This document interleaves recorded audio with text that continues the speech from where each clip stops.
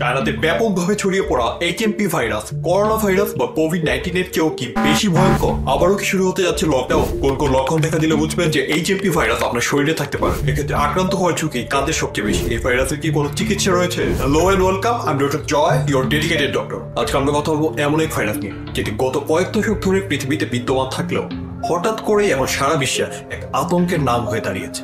সেই HMP virus নিয়ে সম্প্রতি চীনে হিউম্যান মেটানিমো ভাইরাস বা এইচএমপিভি সংক্রমণ বৃদ্ধির খবর পাওয়া গিয়েছে এবং ইতিমধ্যে এর দুটি কেস আমাদের পার্শ্ববর্তী দেশ ভারতে শনাক্ত হয়েছে। কিন্তু এই এইচএমপিভি আসলে কি? 2001 সালে আবিষ্কৃত এইচএমপিভি একটি শ্বাসতন্ত্রের ভাইরাস যা 50 বছরের বেশি সময় ধরে বিশ্বব্যাপী ছড়িয়ে পড়েছে। এটি নতুন কোনো ভাইরাস নয়, কিন্তু এর সাম্প্রতিক সংক্রমণ বৃদ্ধি বিশ্ব স্বাস্থ্য সংস্থা সহ পুরো বিশ্বের নজর কেড়েছে। এই ভাইরাসের ঝুঁকি কাদের মধ্যে সবচেয়ে বেশি? নবজাতকরা, 5 বছরের কম বয়সী শিশুরা, 65 বছরের বেশি বয়সী ব্যক্তিরা। আর এদের মধ্যে এই ভাইরাসের ঝুঁকি বেশি হওয়ার প্রধান কারণ হলো তাদের রোগ প্রতিরোধ ক্ষমতা একজন সুস্থ প্রাপ্তবয়স্ক মানুষের তুলনায় কম। তাছাড়া অ্যাজমা আক্রান্ত ব্যক্তিরা, যারা স্টেরয়েড ব্যবহার করেন, যারা দীর্ঘমেয়াদী ফুসফুসের রোগ, ক্রনিক অবস্ট্রাকটিভ পালমোনারি ডিজিজ নিয়ে ভুগছেন। ভাইরাসটি কিভাবে ছড়ায়? এইচএমপি ভাইরাস একজন সংক্রমিত ব্যক্তির কাছাকাছি আসার মাধ্যমে সহজেই ছড়িয়ে পড়ে। যখন আপনি এমন একটি জায়গা স্পর্শ করেন যেখানে ভাইরাসটি রয়েছে এবং তারপর আপনার মুখ, নাক বা চোখে স্পর্শ করেন,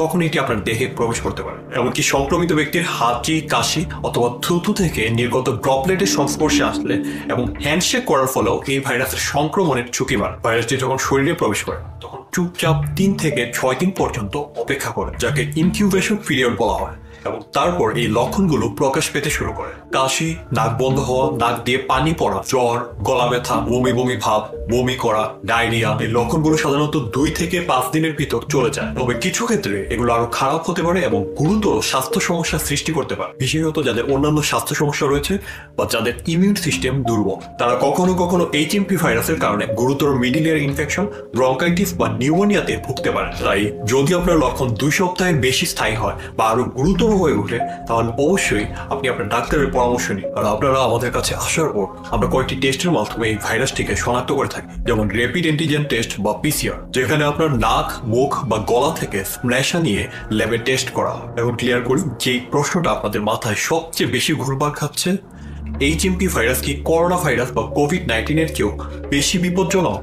প্রথমে একটা জিনিস পরিষ্কারভাবে বলি, এইচএমপিভি কিন্তু কোভিড-19 এর মতো বিপজ্জনক নয়। যদিও উভয়ই শ্বাসতন্ত্রের ভাইরাস, তবে তাদের প্রভাব সম্পূর্ণ ভিন্ন। কোভিড-19 তার হাই ট্রান্সমিশন রেট এবং বিভিন্ন বয়সের মানুষের মধ্যে গুরুতর রোগ সৃষ্টি করার কারণে এক বৈশ্বিক মহামারীর কারণ হয়েছে। অন্যদিকে এইচএমপিভি গত কয়েক দশক ধরেই ঘুরে বেড়াচ্ছে এবং প্রধানত শিশু, বয়স্ক রোগী এবং দুর্বল রোগ প্রতিরোধ ক্ষমতা সম্পন্ন ব্যক্তিদেরকেই আক্রমণ করছে। আর বেশিরভাগ এইচএমপিভি কেসই মাইল্ড এবং চিকিৎসা ছাড়াই ভালো হয়ে যাচ্ছে। তবে কিছু ক্ষেত্রে দুর্বল জনগোষ্ঠীতে নিউমোনিয়া বা ব্রঙ্কাইটিসের মতো জটিলতার দিকে নিয়ে যেতে পারে। তাই এর প্রতিরোধমূলক পদক্ষেপ গুরুত্বপূর্ণ হলো এটি কোভিড-19 এর মতো হুমকি স্বরূপ নয়। আরেকটি লকডাউন কি হতে পারে? এই প্রশ্নের সংক্ষিপ্ত উত্তর হলো একেবারেই সম্ভব নয়। বিশ্ব স্বাস্থ্য সংস্থা স্পষ্ট করেছেন যে এইচএমপিভি কেস বৃদ্ধির বিষয়টি ঋতুগত শ্বাসতন্ত্রের রোগের একটি অংশ।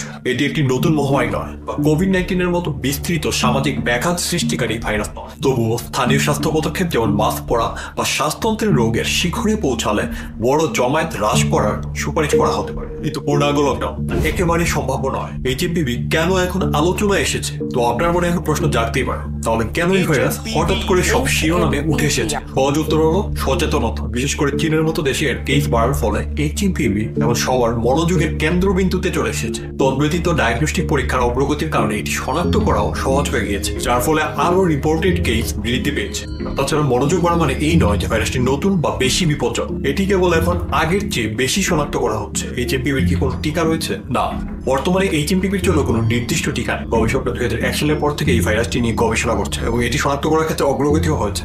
তবে এখনো এর কোনো টিকা তৈরি হয়নি। আর এর চিকিৎসা ও লক্ষণের উপশমের উপর ভিত্তি করে, যেমন হাইড্রেটেড থাকা, অর্থাৎ বেশি বেশি পানি পান করা, বিশ্রাম নেওয়া এবং জ্বর কমানোর ঔষধ প্যারাসিটামল গ্রহণ করা। নিজেকে সুরক্ষিত রাখতে এই সহজ পদক্ষেপগুলো অনুসরণ করুন। নিয়মিত হাত ধোয়া, হাত না ধুয়ে মুখ স্পর্শ করা এড়ানো এবং যারা দৃশ্যত অসুস্থ তাদের থেকে যথাসম্ভব দূরে থাকা। অভিভাবকদের জন্য নিশ্চিত করুন আপনার শিশুরা তাদের রুটিন টিকা নিচ্ছে এবং যদি তাদের ঠান্ডার মতো উপসর্গ থাকে তার অতিরিক্ত সতর্কতা অবলম্বন করুন। এখন আমি আপনাদের ছোট্ট একটা ভাবনার বিষয় দিয়ে বিদায় জানাই। যদিও এইচএমপিভি আতঙ্কিত হওয়ার মতো কিছু নয়, বরং এটি আমাদের স্বাস্থ্যের ইন্টার কানেকশনের কথা মনে করিয়ে দেয়। ভালো স্বাস্থ্যবিধি বজায় রাখা এবং সচেতন থাকা, এই ছোট কাজগুলো আপনাকে এবং আপনার পরিবারকে নিরাপদে রাখতে অনেক বড় ভূমিকা পালন করে। যদি আপনার এই সম্বন্ধে আর কিছু জানার বা জিজ্ঞাসা থাকে তাহলে আমাকে কমেন্টের মাধ্যমে জানাতে পারেন।